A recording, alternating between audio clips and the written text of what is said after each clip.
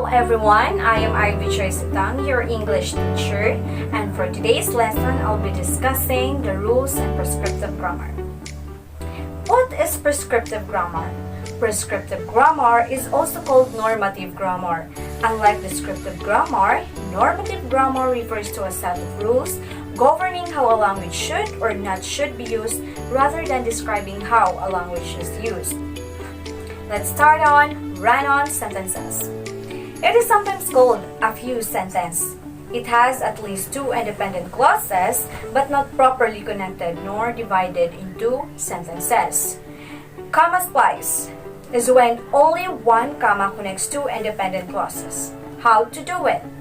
You just break the long sentence into two or more sentences, add a comma, and a coordinating conjunction between the two clauses. So that's all for the run-on sentences.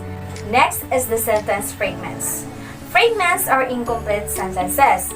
These are sentences that have been disconnected from independent clause. For example, because no one believes in you. And how to correct it? Remove the period that separates the fragment and the main clause.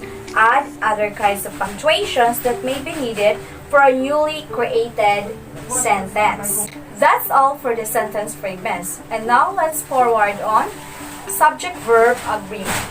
Subject and verbs must agree with one another in numbers. It's either singular or plural.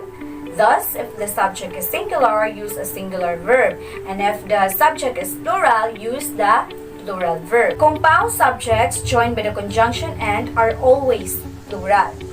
Compound subjects joined by either of the conjunctions or, nor, the verb agrees with the closest subject.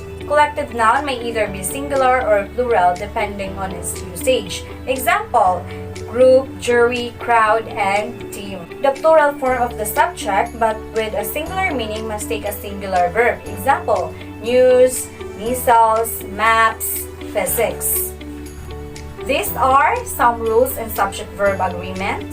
And now, plural and possessive.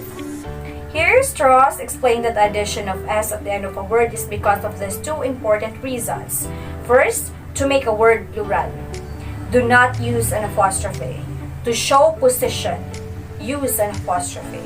And possessive pronouns, remember that they do not have apostrophes. Example, yours, hers, its, ours, and theirs.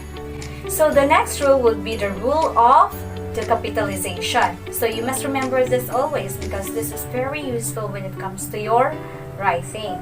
So the first is capitalize the first word of the sentence. Be sure to capitalize proper names or proper nouns. Capitalize days of the weeks, months of the year, including holidays.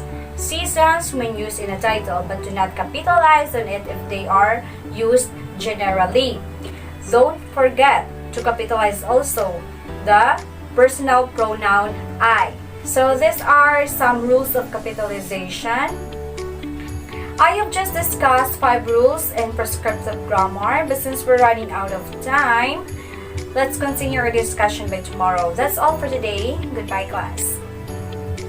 That's all for today's vlog. Thank you for watching.